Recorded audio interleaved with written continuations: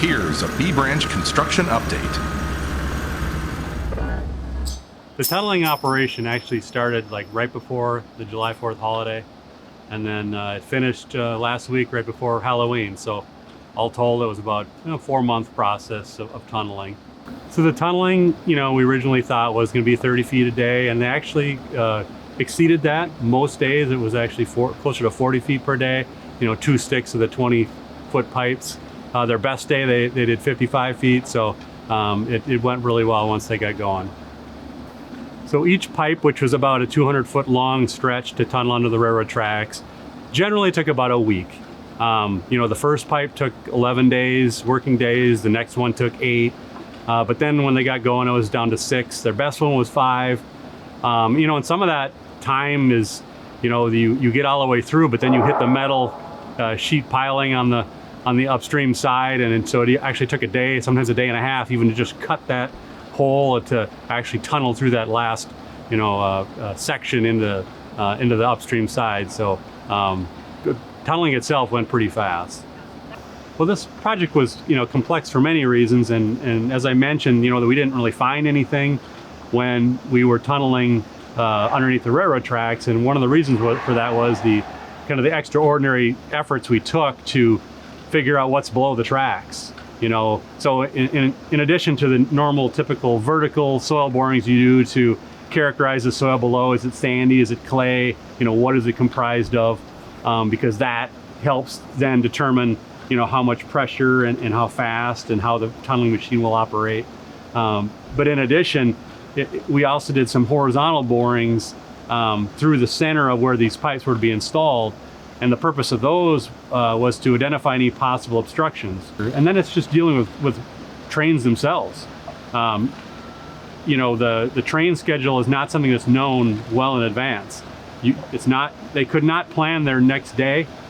They had to generally understand what they were going to do, but they would not get the contractor would not get the railroad schedule, the train schedule, until the morning of the day they're going to work.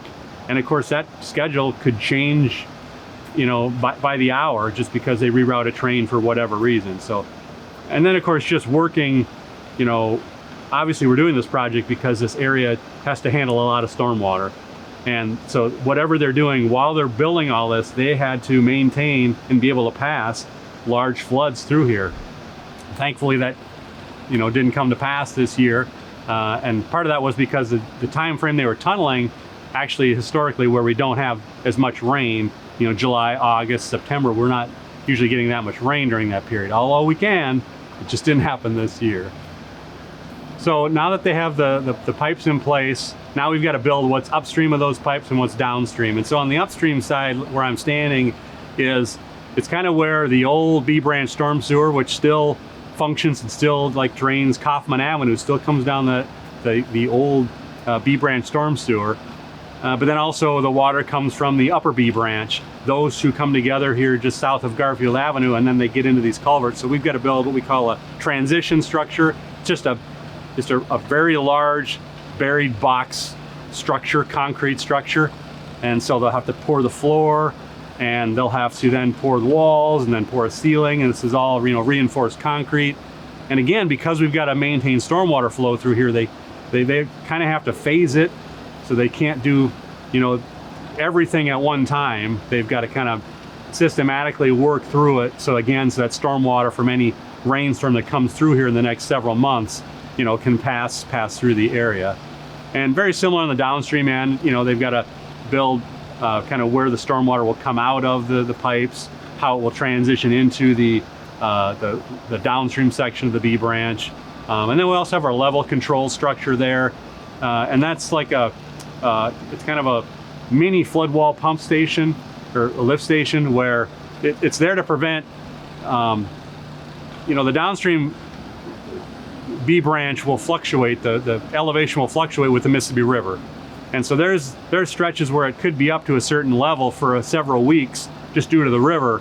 And if we just allowed that water to back up in the upper B Branch, it could kill vegetation and what have you. So we've got a system built in place to be able to manage that, so that does not happen. And so that's also part of what's being constructed.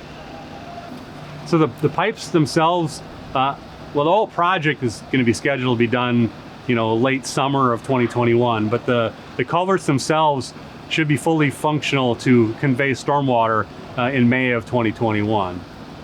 When we talk about the flood protection, one way to look at it is like we are doubling or almost doubling the capacity of the current system to pass stormwater through the area. To put things in perspective, a system like this has to manage a certain amount of stormwater at any given time. And this system right here will be designed, everyone can kind of imagine the size of a gallon of milk. So when this is all said and done, this system will be able to handle 1.2 million gallons of milk, if you will, coming through here every minute. Every minute. That's how large this system is designed, to how much water that's designed to accommodate. So one of the things that people are excited about is converting those box culverts that were used for stormwater into a hike bike trail. And so it's just for the culvert itself, it's just adding some treatment to the sides to make them more rideable, smoother, adding some lighting in there, of course, and then some cameras.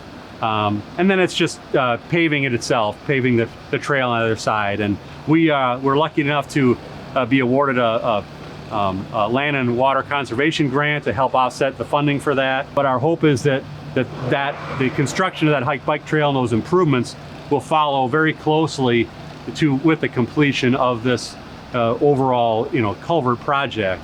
And so everything hopefully will be done again late summer of 2021.